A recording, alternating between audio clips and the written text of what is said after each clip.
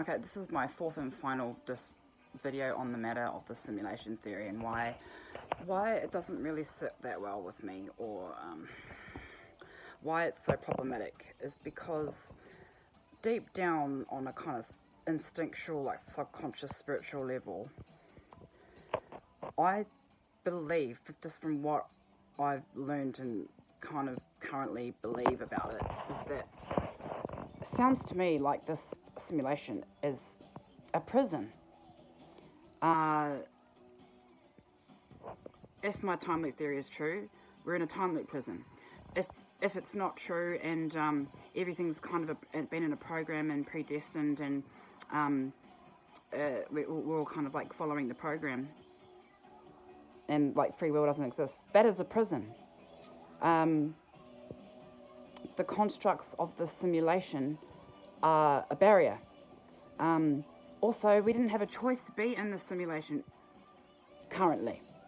And why are we so limited in this reality that we can't do everything that we imagine? And why are certain people in the simulation controlling everybody else in the simulation and create the rules of society that we're living in?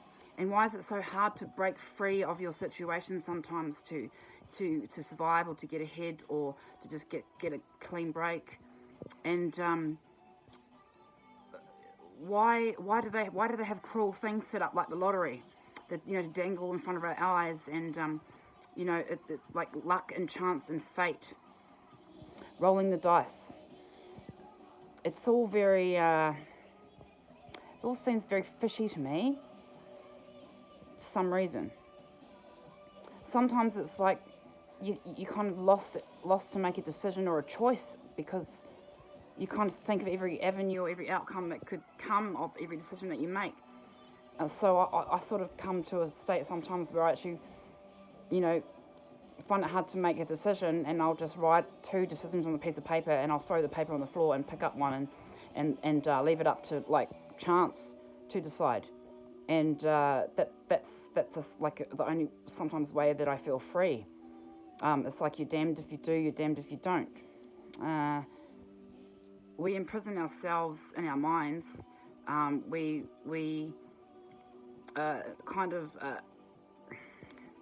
we are restricted by society norms and society ways.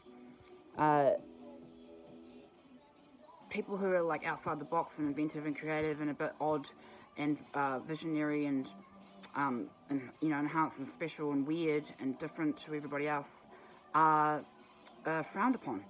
And these are the people that can really like boost up our society and boost up our experience here. And why is that?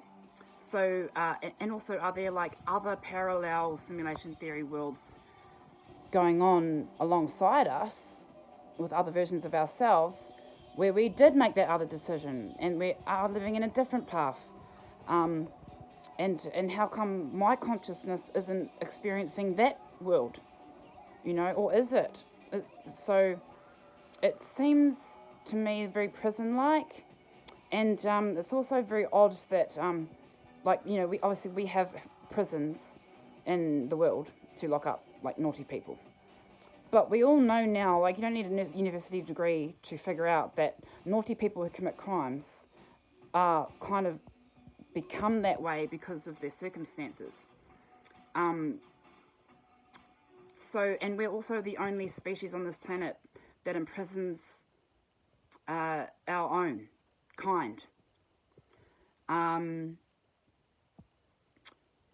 So why is that? Where did that come from, that idea?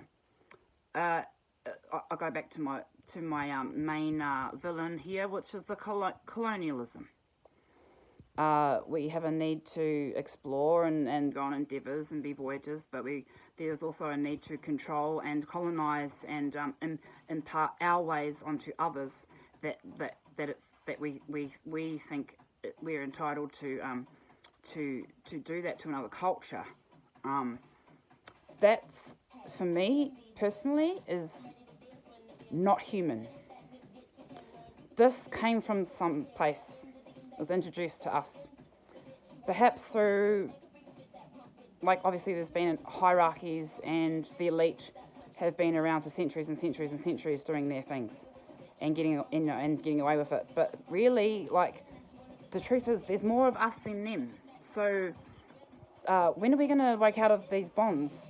Not only that we put on ourselves, but in terms of the bigger scope, so that we can just break free out of this prism of a simulation, as they call it, and be really empowered and live lives that we want to live, that we choose.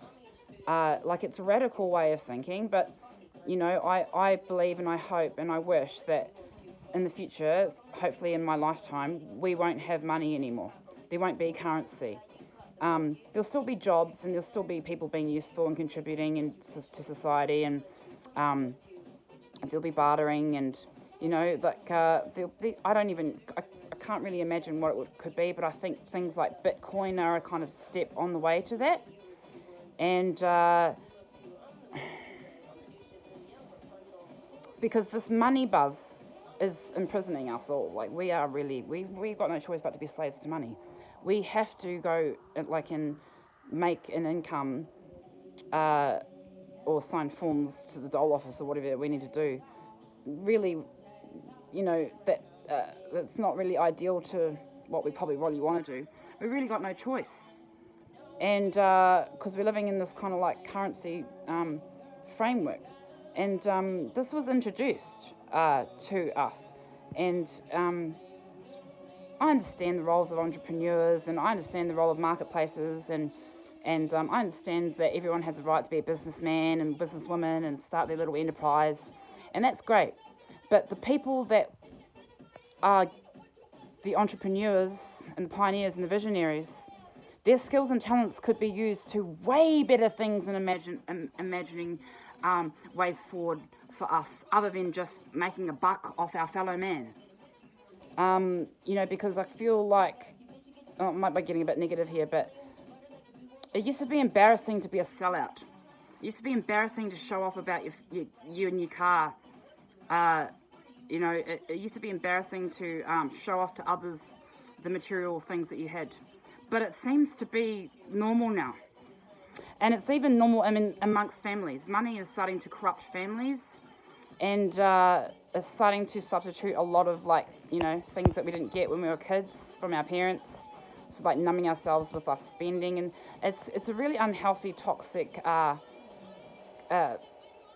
don't know, framework, for want of another word, where we need to break free of the bonds of being slaves to the need for money.